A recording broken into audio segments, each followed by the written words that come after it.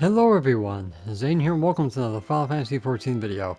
So it's that time of year again where the Moogle event has come back and it's going to be going up until patch 7.4, which is December 16th. So if this is your first time, talk to the Moogle inside the city states to get your Mogpendium. This is going to be permanent after you get it, under the collections tab. You'll get your standard, weekly, mini-mog, and ultimog. Ultimog is once per event, mini-mog is going to be for everybody, and it's going to be once per week. Weekly is going to be determined by the player, and then you get your standard. Each of these will have a certain amount of tomestones that you get from completing them synced. You cannot do these unsynced. You can unsync a level sync going in by yourself, but you're going to be synced down to the duty that you're doing, which you're going to be basically spamming Aurum Vale. Because Cutter's Cry is not in here, Aurum Vale is your next best bet. Ocean fishing, this is determined by your region, like East Coast, West Coast, Mountain Standard, or Central Time will be determined by your region. So make sure you check the NPC for the time frame for that. You get 5 to 10 based off your score. The gates, I think it's like every 20 minutes for each gate, and this will be determined by how well you do. If you succeed in all of them, you get 3, 4, 4, 8, and 10. But the slices rate is based on how much MGP that you get. So even if you survive all of them, if you don't get like a good amount of MGP, meaning if you get enough piles from the dog phase, and then you get the pile of gold in the roulette phase, then you most likely will get 10 if you survive the rest. So basically everything is pass or fail. So the weekly for us, or at least for me, is Amaranth, which I usually did. Minimag is Fates in Gullimal of the Moon, or 3 chocobo races, and you get 10. 20.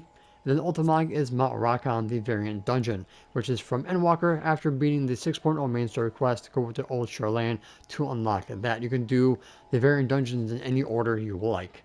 So this is going to give you 70, and I just made a guide on how to solo these as a DPS, so make sure to check that video out. Now if you're going to be doing Aurum Vale solo, basically what you do is you click Unsync Level Sync, and this will give you the tomestones because you're doing it synced, but you're doing it alone. So we'll leave that there.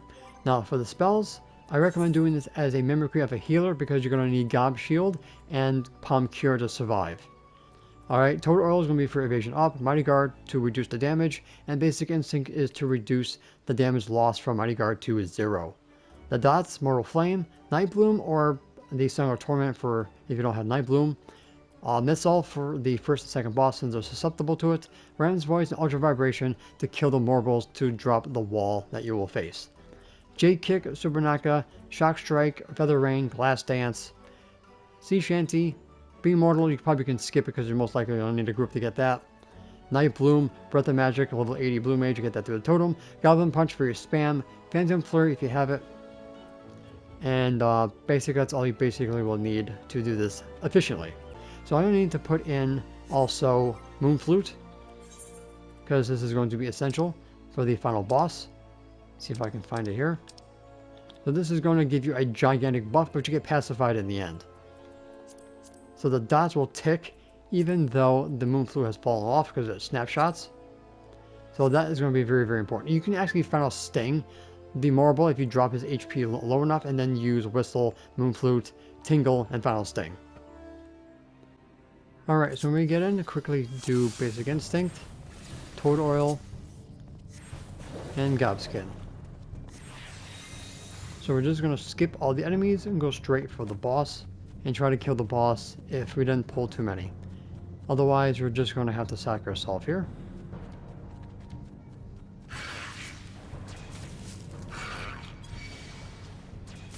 Yeah, there's too many.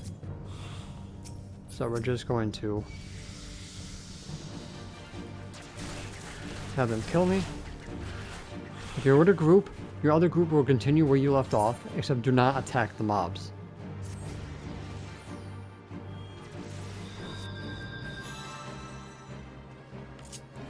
So reapply everything. I'm not here to be optimized, I'm just trying to show you guys the strategy here. If the Nyx is right outside the gate, you most likely will get pulled, but you should be able to take out easily. So yeah, he did not see me, thankfully.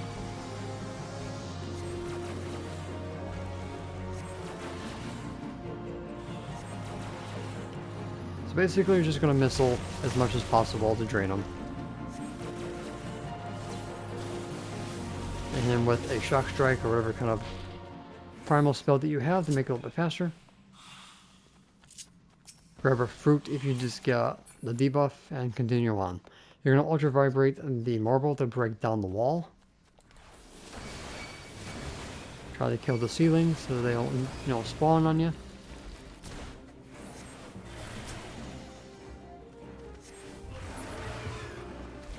Alright, so the next boss you're going to sack yourself. This way ultra vibration will be back up for the next set of mobs. So if the wasps are going that way, unfortunately they do aggro by sound, so you can go by these guys pretty easily. So we're going to sack ourselves on the next pole. Since there's only 2 wasps, we're not going to have to worry about dying here.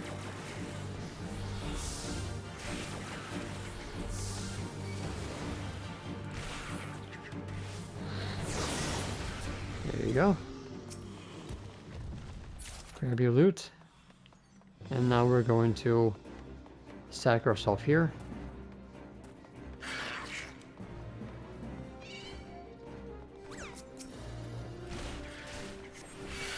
If possible. There we go. And let those guys reset themselves. Because if you try to go straight for the marbles and then try to survive, they're going to end up having to all reset.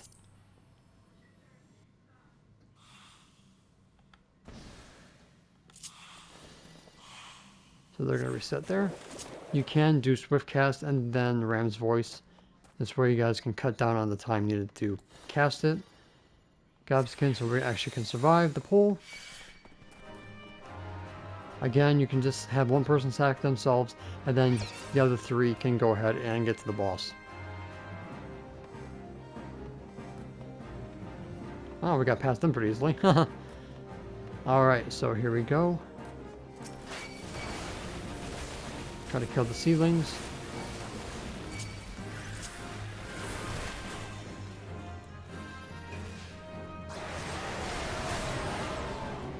Got it.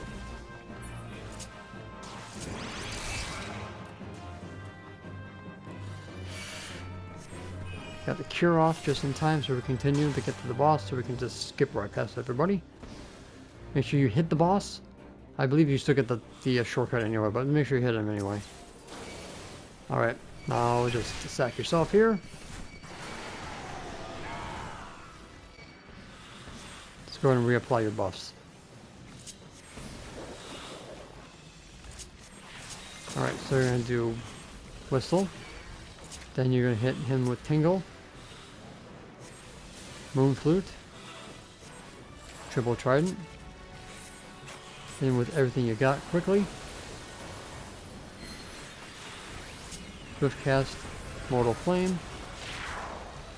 Breath of Magic.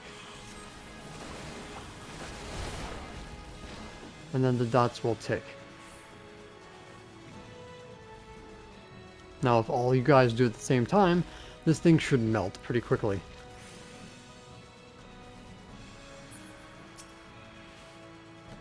Alright, dispel the debuff. Just make sure you heal. And keep your shield up.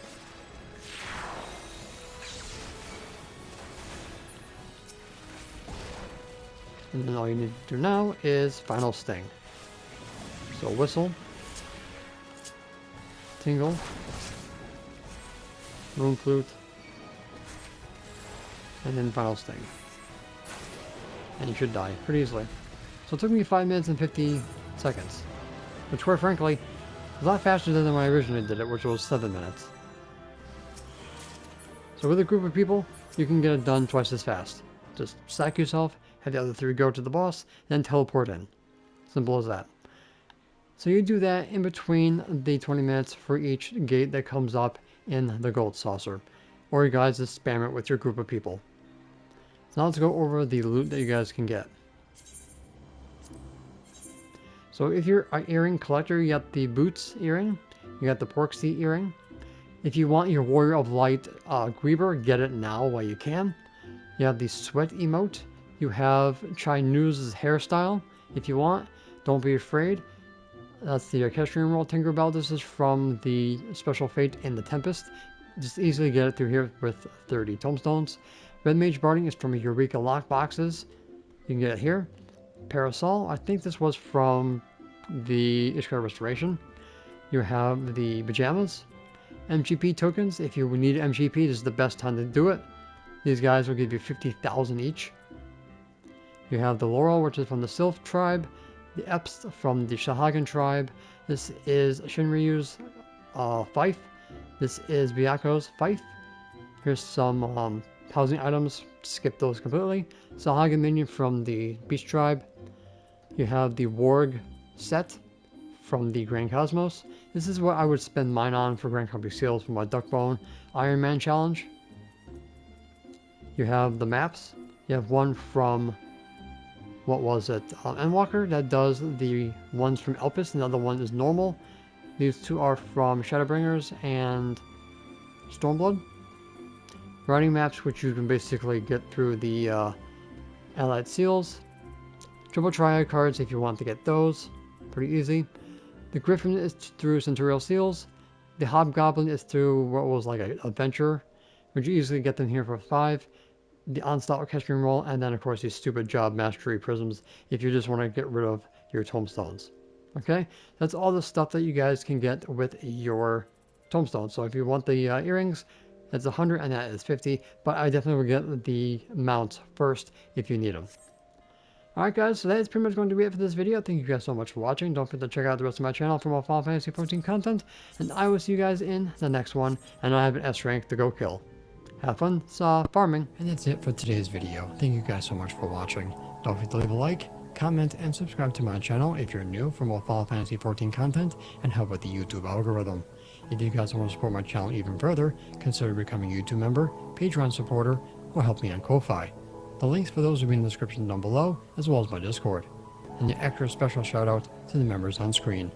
So until next time, if you ever walk in the glorious light of Lord Bahamut, and always remember to keep forging